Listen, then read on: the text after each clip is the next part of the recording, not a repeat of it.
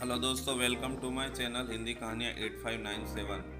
आज की हमारी कहानी है माइकल जॉर्डन की ज़िंदगी बदल देने वाली कहानी। माइकल जॉर्डन का जन्म सन 1963 में ब्रुकलिन की झुग्गी झोपड़ियों में हुआ था। पिता मजदूरी करते थे। माइकल जॉर्डन का बचपन गरीबी और भेदभावपूर्ण वातावरण में गुजरा।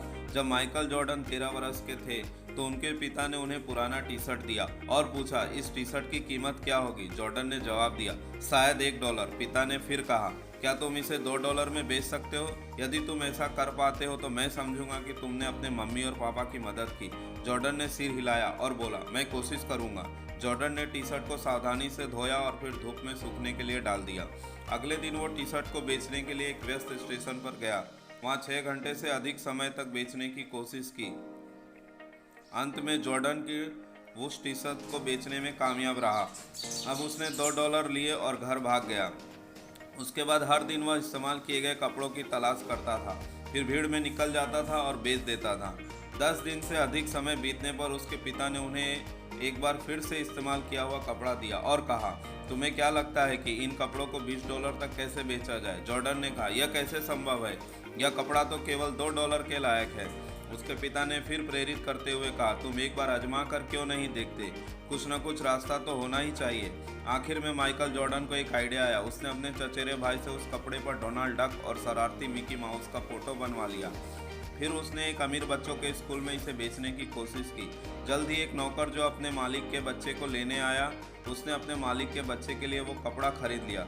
छोटे 10 वर्षीय बच्चे को वो कपड़ा बहुत पसंद आया, इसलिए उसने जॉर्डन को $5 की टिप भी दी।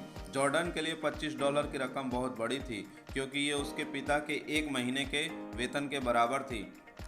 जॉर्डन घर पर पहुंचा तो उसके पिता ने उसे एक और कपड़ा दिया और कहा, क्या तुम इसे $200 में बेच सकते हो?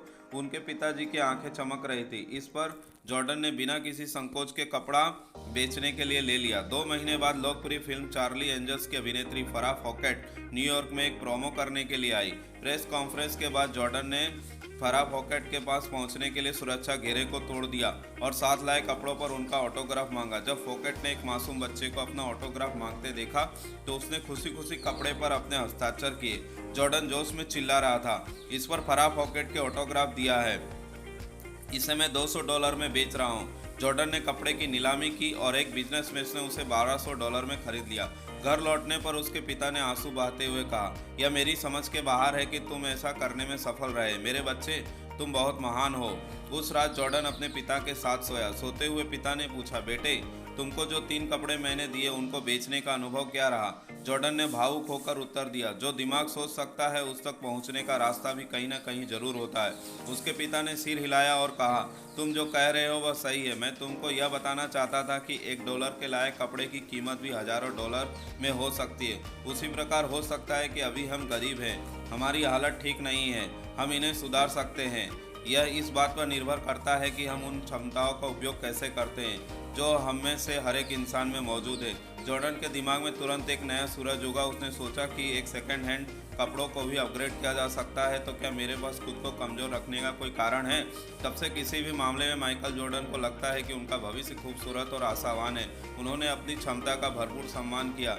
यह दुनिया के सर्वश्रेष्ठ बास्केट खिलाड़ियों में से एक बन गए और सबसे अमीर एथलीट में से एक बन गए।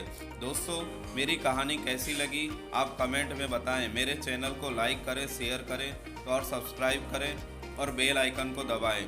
धन्यवाद दोस्तों, कहानी को पूरा देखने और सुनने के लिए। Thank you.